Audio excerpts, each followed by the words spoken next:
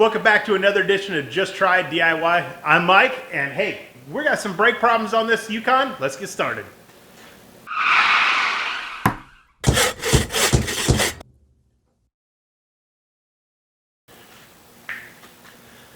First of all, to start out, this Yukon came to me, and the owner said, hey, for some reason, I don't have any brakes. Brakes go to the floor. And I thought, well, obviously, maybe we need some brake fluid in it. Let's check that out. So, all right, so as we started out, I went ahead and brought it in, and the fluid was actually down below the little seam here. It was down to here. I filled up to this far, went in, pumped the brakes a little bit. They seemed to be pretty good. So we went ahead and started taking off all the wheels all the way around, check out, see what we had. Not too much to report on this one. Pads are worn, rotors are worn, but nothing crazy. Got this one off. Came back here to the one on the passenger side and started looking here a little closer. And I thought, first of all, well, that looks funny. There's only one side of this rotor. That's strange. The closer I get in here, we find out the inside of the rotor is gone. And look around and down inside there, look at that. The inside brake pad is gone. The rotor, or the caliper is shot completely. So looks like we have found our culprit. So today we have pads and rotors and one caliper all the way around. We got some work to do. All right, so I'm getting these ready to be this first caliper.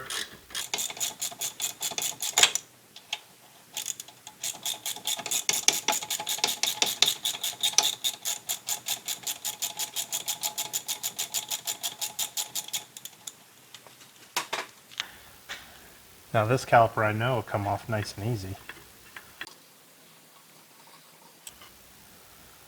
We'll see how bad this stuff is on the inside. Oh, here's the inside of the caliper there. Bring some light over. Right there. That thing's been rubbing on the inside of there for quite a while. See that? There you go. It's a good light there. Alright. Set that one right there.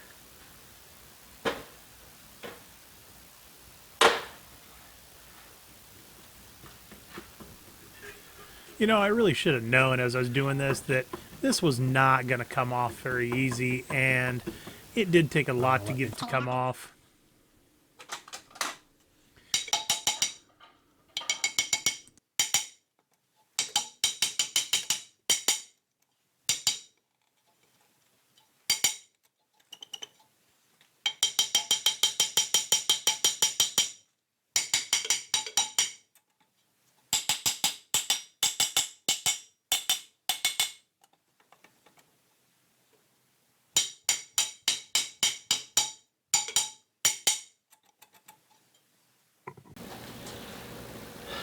Alright, so with a little bit of persuasion, of course releasing the emergency brake on the back side, and a little bit of cussing and swearing, we did get this side off.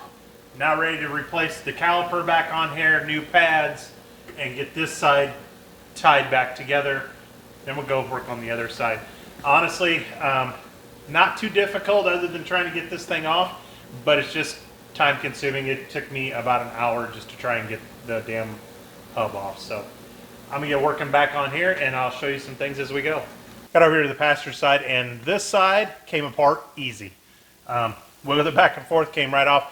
Probably has a little bit to do with that side getting really worn out, but hey, going back here to the pads, we're gonna pull these pads out, and you can see how worn these are. Outside one, or inside one right there.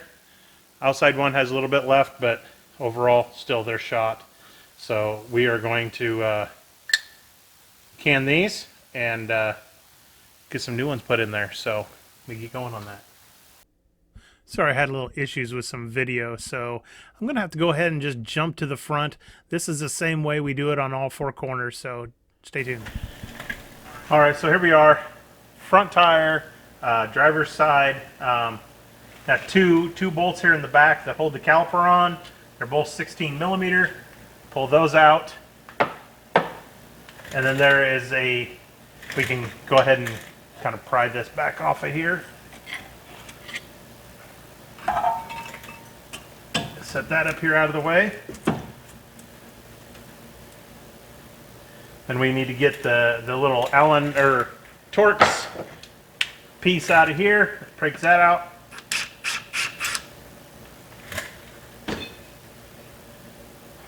I was lucky this one actually came out. The other side I actually had to get it drilled out.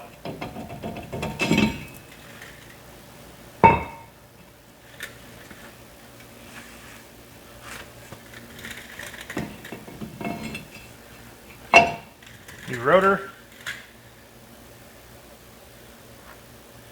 Put the keeper back in there. Brake pads.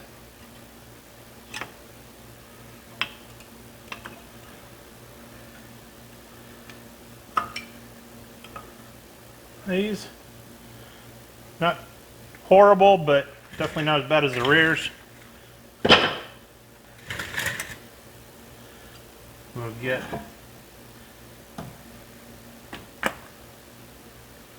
so the trick I had of getting this thing in here, this was quite the deal. I had to do it this way. Nope, it won't go that way. You got to get it all the way out here like this.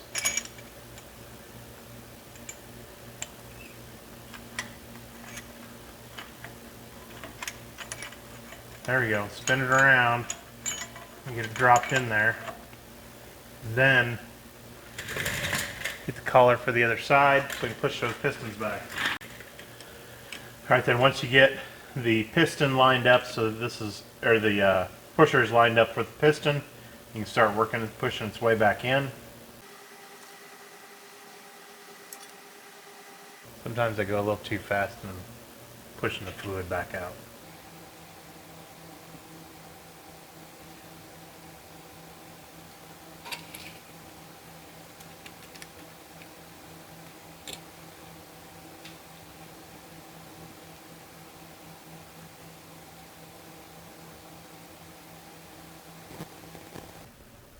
So before the new retainer clips and pads go in, we got to make sure we get the old retainer clip out, clean the area, makes it much easier for the new ones to go back in.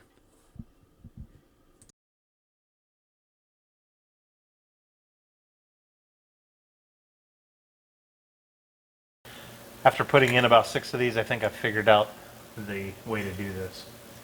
Bring it in, drop those down in there. I really wish I would have been able to show this a little bit better, but like that. difficult to do when you need both hands to do this and try to run a camera at the same time. So, but it really was fairly simple once I did a few of them to lay it in there and then rotate the piece back up into place. Making sure this stuff was clean sure did make a big difference. Just like that. All right, on There this we go. next step, I went ahead and did this on all four corners, but went ahead and put some of this brake and caliper grease along the pad clip, and then also went ahead and put some along the guide pins too.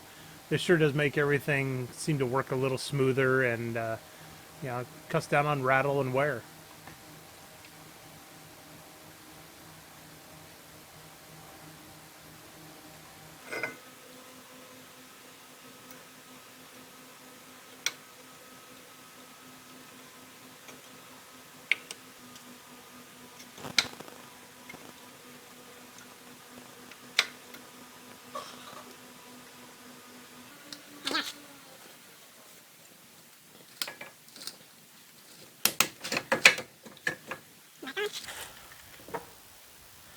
Get some Loctite on these, wherever I may have left it.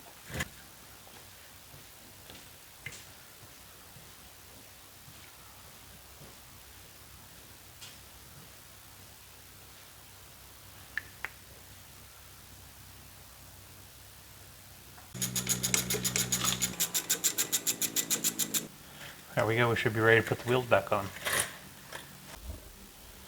Alright, so there we go. Everything's back together, and you can definitely tell from the discoloration and stuff. Took it to the car wash and got everything cleaned up. You can tell by the discoloration this wheel's had some issues in the past for a while. But hey, she's already roadworthy again. We bled everything out to get this one going. So hey, these should be ready to go. All right, that wraps things up right here on this edition with this Yukon. Brakes are all back to normal. Everything's good to go, ready to go down the road again. So if you like this episode, go on, smash that thumbs up for me and subscribe. Hey guys, next time we'll do something different. See you later.